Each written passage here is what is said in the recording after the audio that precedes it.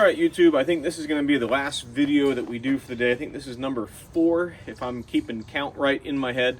Last time I was talking about the SplitForce stuff, I inadvertently had on my Timberwolf hat, so I made sure I went down to the house at lunchtime and grabbed my SplitForce hat to do the video justice. So behind me, this is the SF9tr, so it's the self-drive version. The standard unit is everything over here, but this one we went ahead and added on a 6-foot conveyor just because it makes it so nice to get the wood away from the table and up into like an IBC tote or one of our 6th cord bag log lift bags there just for drying. I really hate stacking firewood, and I really hate having to rehandle it, you know, multiple times. So something like this side conveyor really makes it nice that you can split things, toss it into the little conveyor, and just get it up and away. You could just leave like a, you know, a 5-foot high corn row basically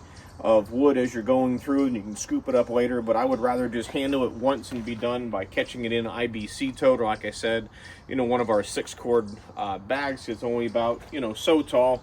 The full 3rd cord's a little high for getting it up into, but the totes or the 6 cord work really well. We did upgrade this one as an 11 horsepower, and we did upgrade it with an electric start on it. So all of the SplitForce pieces are the same from like the table up. So the table, the log lift, the vertical mass, and the cylinder are all the same from the off-road towable SF9 all the way into the 1320. As an option, we can do a 24-inch cylinder, but typically something like this is doing like your home heat wood, or more specifically the bundled stuff.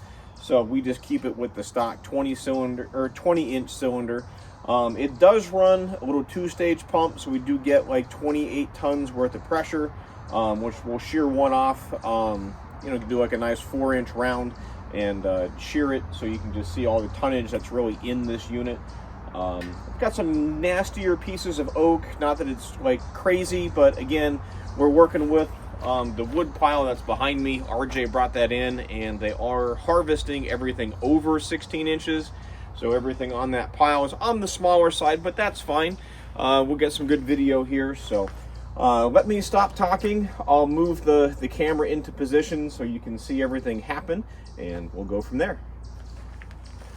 Give you a quick little rundown here of what we got. We were doing some comparison videos with a Timberwolf new TWLS, which is over there, and so we're using this for cycle times and other things, just comparing a 2-way versus a 4-way. But yeah, this is the SF9tr. Technically, I guess we should have banded it or labeled it as an 11, because it is an 11 horsepower. So definitely have some rounds with some character. You got a couple knots here on that end. This one's pretty bad, so we'll show you that. It's just what we have. I don't have anything really big and stupid, because it's just what we get in. It's just your processor grade stuff. So self-drive, solid axle in the back. Little gear chain comes down from a motor, so it is posi traction. And yes, I know everybody makes the comment, the steering cylinder on this is way overkill, but the bigger the cylinder, the more oil it needs. So instead of it like super shifting left and right and being able to play like baseball with the front tires, we do a bigger cylinder just to slow the oil down. And that's why you see that big cylinder, because it doesn't take much to move the little wheels. But we do have this one done up as an 11 horsepower with the electric start on it. Nice little lawnmower battery. You could do some LED lights on this one. We did not, but they could be added because you've got all of the 12-volt power. So from the standing position for operating, the lever on the right is your steering. So to the left, to the right, and I believe it's forward and reverse. I always do forward as it relates to the steer axle on these. Usually the conveyor comes up off like the big 1320 over there. That way it doesn't swing around like a bus tail. Log lift valve here for your up and down. And then we do run the conveyor controls here for your speed. Pedal down there for stepping on to make the wedge go up and down. Some extra dangle chains here so you can lower or raise the foot pedal. And then the little turnbuckle, you can adjust that up and down.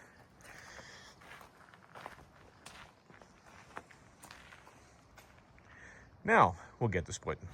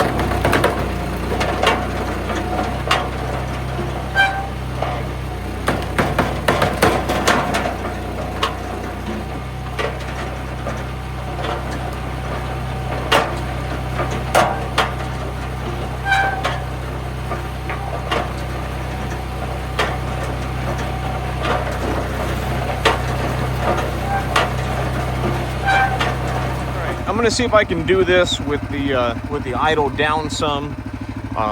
So what I wanted to show you is basically you have full control on the wedge and what it does. It's when you step on it, it comes down. You can stop and pause with it, adjust your shot, and then as soon as you let go of the pedal down below, it, see if I can get the pedal in there. Right here is where I'm at. Oops, bumping the camera. So basically you can bring this down and go, oh, I don't want it quite there. You can wiggle over, you can put this wherever you need to, and then just step on it the rest of the way.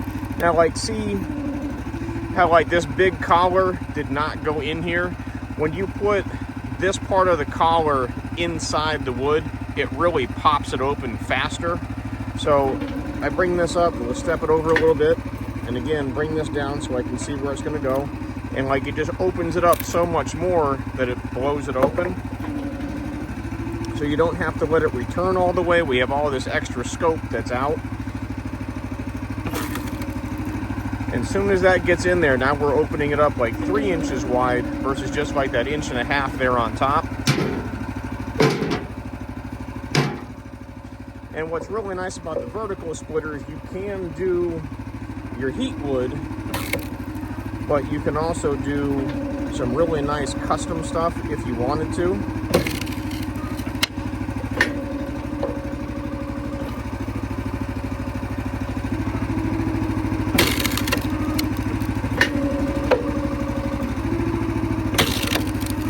And it's your choice whether you want to go all the way down through the piece of wood.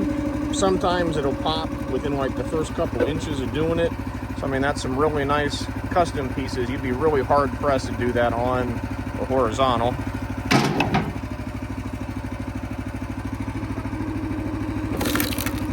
See, like this one's a little stringier going down through, so we're going to run that all the way down so it opens up really nice, so I don't have to reach back in the pile later.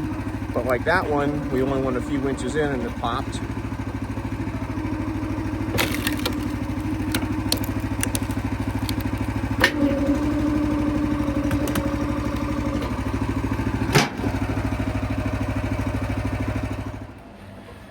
So just a short and sweet video with this SF9tr self-drive with a side conveyor. We don't get a bunch of the side conveyors in. Sometimes they ship straight out. This one's just going over towards Milford, Pennsylvania. Brad will be here to pick it up Monday or Tuesday, so we'll get some video footage of that going in the back of his trailer to get it out of here. So if we can ever earn your business with the sales quote, give me a phone call. It's 833-SPLITTER. That's 833-775-4887. You can also email me at sales@shaverequipment.com. And yes, if you do look down here in the description, my cell number is listed down there. You can call me or text me there for sure. Everything we have is featured over on the website. I'm trying to get the Timberwolf stuff added shortly, so you can see all of that stuff that we're going to offer from them. Like I said, we sell everything that we use, and we use everything that we sell. So when you call me, we can definitely tailor a quote specifically for you, your operation, in your wood yard, so you can produce the kind of pieces that you want, whether it's bundle wood, heat wood, you know, whatever. We can load it up with options, make sure it still falls in your budget. You can either pick it up here in Dallas, Pennsylvania, or we can ship it to your door. So just again, would love to earn that business with the sales quote. So give us a phone call, shoot us an email. We hope to hear from you soon. Don't forget to hit that like and subscribe button here on the channel so you can stay up to date on everything we have going on. And with pieces like this, working hard to be lazy doesn't get much easier than that. So see you next time, folks. Thanks for watching.